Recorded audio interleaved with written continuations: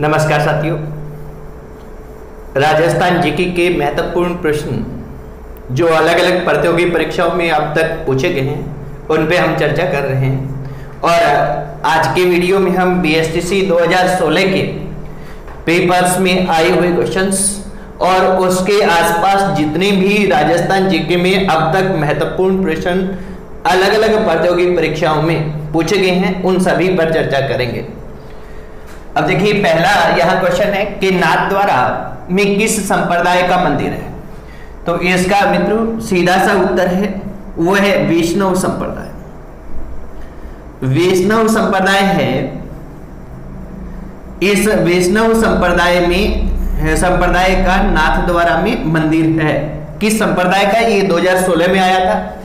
अब देखिए, नाथद्वारा अथवा श्रीनाथ जी से संबंधित राजस्थान जीके में बहुत से क्वेश्चन पूछे गए हैं, उन सभी पर हम चर्चा करते हैं। मित्रों, श्रीनाथ जी कौन है?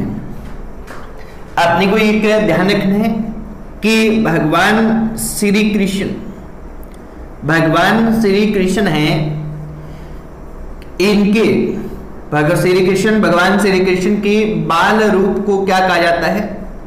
बाल रूप को श्रीनाथ जी कहते हैं। अब मित्रों, क्या होता है कि मुगल बादशाह था औरंगजेब।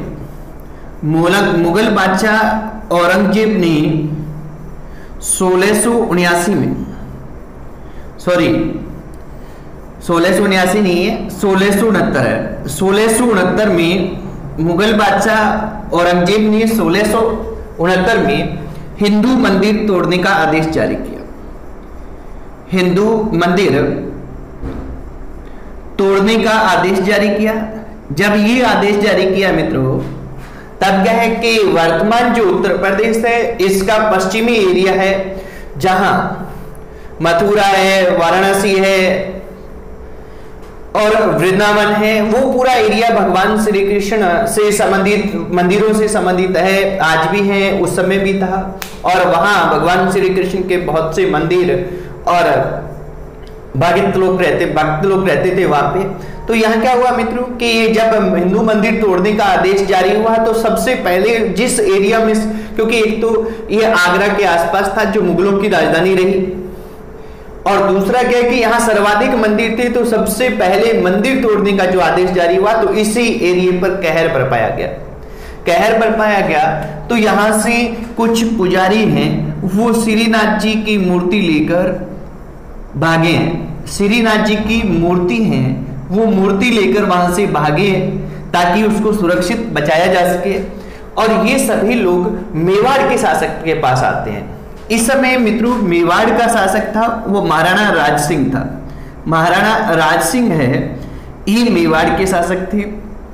और ये पुजारी महाराणा राज सिंह के पास ही क्यों आए? क्योंकि महाराणा राज सिंह और औरंगजेब है वो एक दूसरे के धुर विरोधी थे।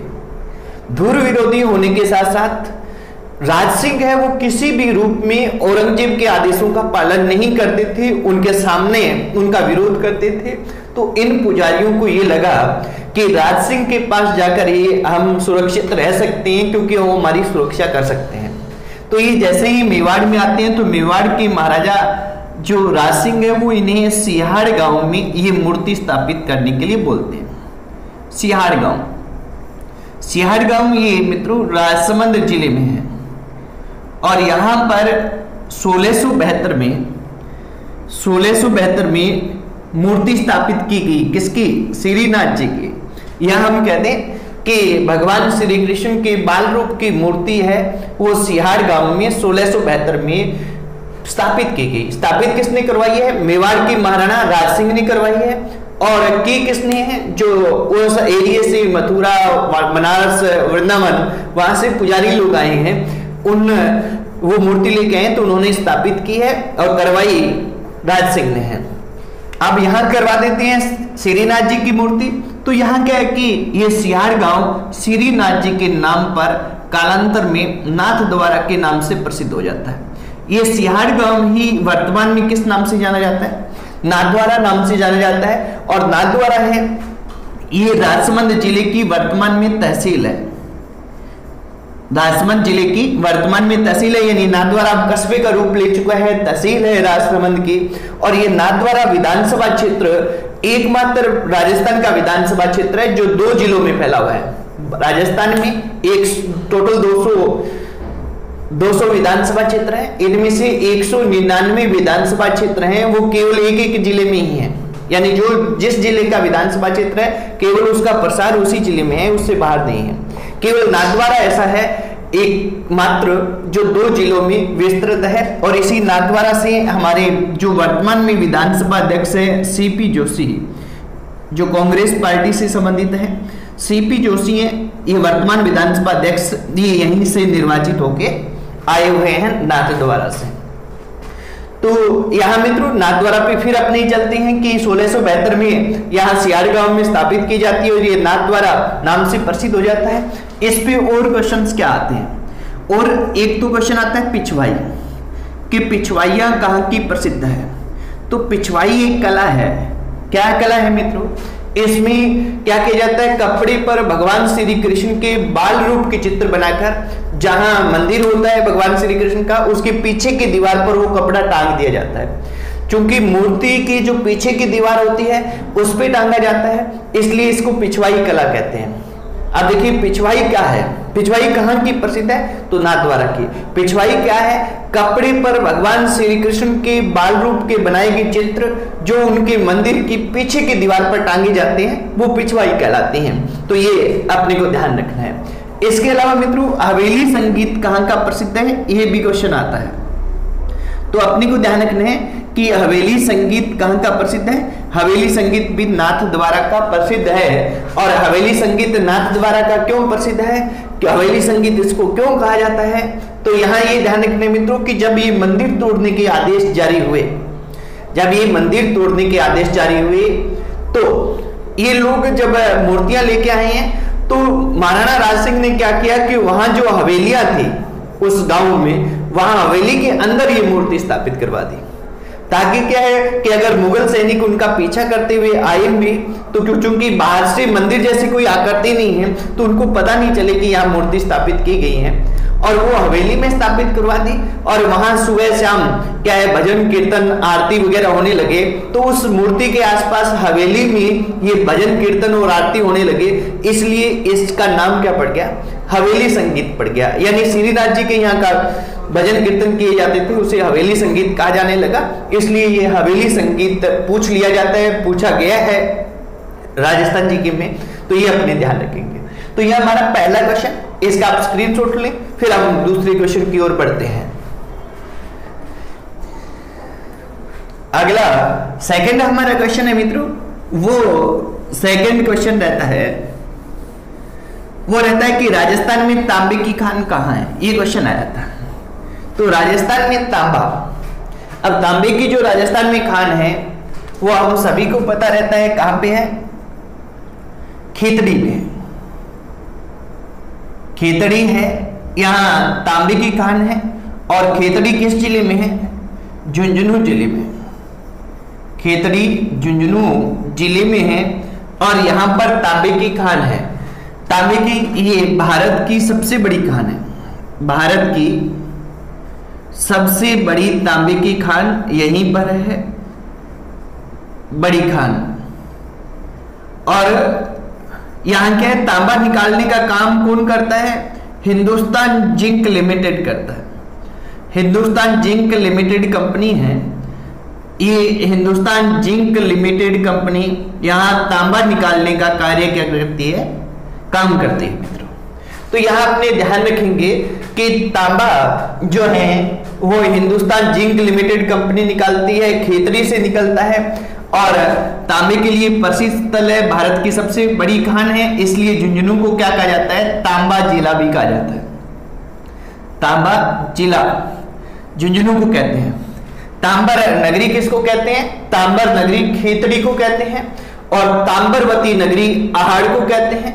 देखिए यहां ध्यान रखना है कि यहां कुछ एक उपनाम दिए गए हैं, जैसे तांबर नगरी यानी तांबे की नगरी, ये किसको कहते हैं, खेतड़ी को कहते हैं, क्योंकि यहां वर्तमान में सबसे बड़ी खान है। इसके अलावा मित्रों ध्यान रखना है कि एक नाम आता है ताम्बरवती नगरी। ताम्बरवती नगरी है, ये आहड़ को कहा जाता है। आहड़ कहां पे है? आहड़ उदयपुर में है, क्योंकि यहां क्या है कि तांबे की प्राचीन जो सभ्यता स्थल है एक आहड़, और यहां तांबे के सबसे अधिक भंडार मिले हैं। प्राचीन सभ्यताओं में सबसे अधिक भंडार कहां मिले हैं? आहड़ में मिले हैं, उदयपुर में, इसलिए इसको ताम्बरवती नगरी कहते हैं। ऐसे ही ताम्बर युगीन सभ्यताओं की जननी, ताम्बर युगीन सभ्यताओं की जननी ये कहा जाता है मित्रों गणेश्वर को। और गणेश्वर कहाँ है? गणेश्वर भी एक सभ्यता स्थल है और ये सीकर जिले में है, कांतली नदी के किनारे। सीकर में कांतली नदी के किनारे ताम्बर युगीन सभ्यताओं की जननी इसको कहा जाता है मित्रों। और ये जो ताम्बर युगीन सभ्यताओं की जननी है, इसको क्यों कहते हैं? क्योंकि राजस्थान में तांबे के सबसे जो प्राचीन उपकरण मिले हैं, सबसे प्राचीन उपकरण वो हमें गणेश्वर से मिले हैं, और सबसे प्राचीन उपकरण यहां से मिले हैं, इसलिए इनको तांबर युगीन सभ्यताओं की जननी कहा जाता है। ये हमारा सेकंड क्वेश्चन, इसका स्क्रीनशॉट ले, फिर हम थर्ड क्वेश्चन की ओर बढ़ते हैं। तीसरा जो हमारा क्वेश्चन है वो है कि राजस्थान का राज्य वृक्ष कौन सा है? अब देखिए मित्रों, इसका हम सभी को पता रहता है कि राजस्थान का राज्य वृक्ष कौन सा है। तो राजस्थान का जो राज्य वृक्ष है वो क्या है? खेजड़ी है। खेजड़ी राज्य वृक्ष है। इसका वैज्ञानिक जो नाम है खेजड़ी का, ये वैज्ञानिक नाम है प्रोसोपिस सिनेरेरिया। सिनेरेरिया ये खेजड़ी का वैज्ञानिक नाम है, प्रोसोपिस सिनेरेरिया। और जो खेजड़ी है इसे संस्कृत भाषा में समी कहा जाता है। संस्कृत में इसको समी कहा जाता है संस्कृत में, और इसको स्थानीय भाषा में जांटी कहा जाता है। ये पुलिस कांस्टेबल में पूछा गया मित्रों, जांटी।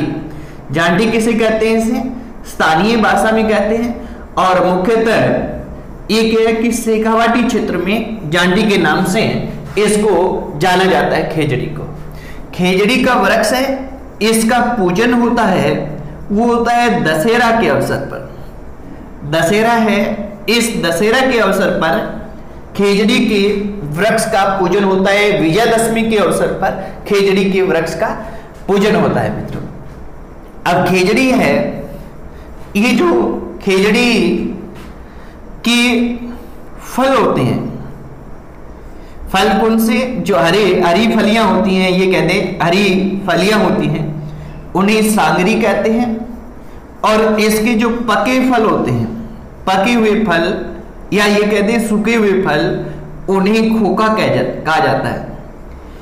खोका, हरी फल, हरी पत्तियां, हरी फलियां वो सांगरी कहलाती हैं। पके हुए फल है, सूखे हुए फल है, वो इसके खोका के नाम से जाने जाते हैं। इसके अलावा इस पर अपने कोई सांगरी खोका के अलावा इसकी जो हरी पत्तियां हैं वो काटकर, और हरी पत्तियों को क्या किया जाता है?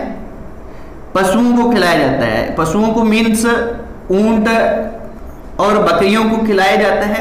और इन हरी पत्तियों को क्या कहते हैं? लूम कहते हैं मित्रों। और इसी जो राज्य वृक्ष है वो कब घोषित किया गया है? तो राज्य वृक्ष है वो इसे 1983 में घोषित किया गया है। राजस्थान का राज्य वृक्ष वर्ष 1983 में खेजड़ी को राज्य वृक्ष घोषित किया गया है। तो यह हमारा खेजड़ी रहता है मित्रों। जो तीसरा हमारा क्वेश्चन, इसके स्क्रीनशॉट ले, फिर हम आगे की ओर बढ़ते हैं। इसके बाद में जो अगला हमारा क्वेश्चन है वो है कि राजस्थान के एकीकरण का श्रेय किसको दिया जाता है? अब देखिए, राजस्थान के एकीकरण का श्रेय किसको देते हैं? राजस्थान का एकीकरण है या भारत का एकीकरण है, इसका श्रेय दिया जाता है सरदार वल्लभ भाई पटेल को। सरदार वल्लभ भाई पटेल है, इनको राजस्थान के एकीकरण का श्रेय दिया जाता है। जब भारत आजाद हुआ, आजाद होने से पहले ही भारत में रियासतों के एकीकरण के लिए क्या होता है मित्रों, रियासतों के एकीकरण के लिए रियासती विभाग का गठन किया जाता है। ये रियासती विभाग है, ये रियासतों के एकीकरण के लिए गठित किया गया है 5 जुलाई 1947 को। और 5 जुलाई जो 1947 को ये गठित होता है, इसके जो अध्यक्ष बनते हैं, ये अध्यक्ष किसको बनाया जाता है, सरदार वल्लभ भाई पटेल को बनाया जाता है। और वल्लभ भाई पटेल ने भारत में जो 562 देशी रियासतें थी, इनको ये बड़ा ही अच्छे तरीके से मिलाया, इसलिए इनको क्या कहा जाता है, भारत का लौह पुरुष भी कहा जाता है। पूरे भारत के एकीकरण में और राजस्थान के एकीकरण में सरदार वल्लभ भाई पटेल का योगदान है। अब देखिए, राजस्थान का एकीकरण होता है 7 चरणों में होता है। अलग अलग चरणों में क्या क्या रहता है उसके बारे में मैं ज्यादा चर्चा नहीं करूंगा, क्योंकि एकीकरण पर 100% क्वेश्चन आता है और इसके सातों के सातों चरण पूरे विस्तार से अपने इसी चैनल पर करवा रखे हैं, वहां आप वीडियो देखें। और इसके डिस्क्रिप्शन में वीडियो के एकीकरण की प्लेलिस्ट मिल जाएगी, वहां से सारे एकीकरण के वीडियो आप देख सकते हैं। पूर्ण विस्तार से वहां एकीकरण को कराया गया है। सरदार पटेल है, जैसा हम जानते हैं कि भारत के पहले उप प्रधानमंत्री बने हैं और राजस्थान भारत के पहले गृह मंत्री भी बने हैं। भारत के पहले उप प्रधानमंत्री और भारत के पहले गृह मंत्री भी ये बनते हैं। इसका स्क्रीनशॉट ली, फिर अपने नेक्स्ट क्वेश्चन की ओर बढ़ते हैं।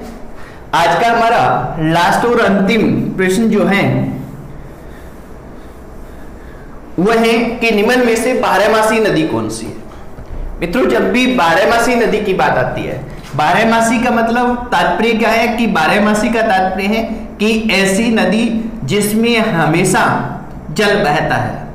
राजस्थान की ऐसी नदी जिसमें हमेशा जल बहता है वो कौन सी नदी है। बाकी क्या है कि अक्सर नदियां बरसात के टाइम में इनमें जल बहता है, तो यहाँ ये अपने ध्यान रखेंगे कि राजस्थान में बारहमासी नदी मोस्टली ये जो ऑप्शन में था। और ये जब भी सिंगल एक एक नदियां आती हैं तो हम चंबल को मानते हैं, और जब जोड़े के रूप में आते हैं तो हम दूसरी नदी माही को मान लेते हैं। यानी अगर दो के ऑप्शन आएंगे तो चंबल और माही बारहमासी नदियां मानी जाएगी, और सिंगल ऑप्शन आएंगे चाहे माही ऑप्शन में है और चंबल भी है तो चंबल ही मानी जाएगी बारहमासी नदी। अब देखिए, चंबल नदी है, चंबल नदी कहां से निकलती है, चंबल नदी मध्य प्रदेश से निकलती है। जैसे अपने थोड़ा ये देखें तो इसको देखने का थोड़ा सा हम प्रयास अगर करते हैं तो राजस्थान की मान लीजिए कि राजस्थान की ये आकृति है, मान लिया आप समझने के लिए। राजस्थान में यहाँ क्या कि चित्तौड़ का दूसरा भाग है, इधर मध्य प्रदेश है, मध्य प्रदेश है, यहां से ये नदी निकलती है। और राजस्थान में चित्तौड़गढ़ में यहाँ 84 गढ़ गांव है, वहां पर ये प्रवेश करती है। फिर ये चित्तौड़गढ़, फिर कोटा बूंदी की सीमा बनाती है, फिर सवाई माधोपुर, करौली, धौलपुर, और फिर ये आगे जाके इधर से उत्तर प्रदेश में यमुना नदी आती है, इस यमुना नदी में मिल जाती है। तो ये जो भाव रहता है इसका दक्षिण से उत्तर की ओर, ये ऐसी नदी है जो दक्षिण से उत्तर की ओर बहती है।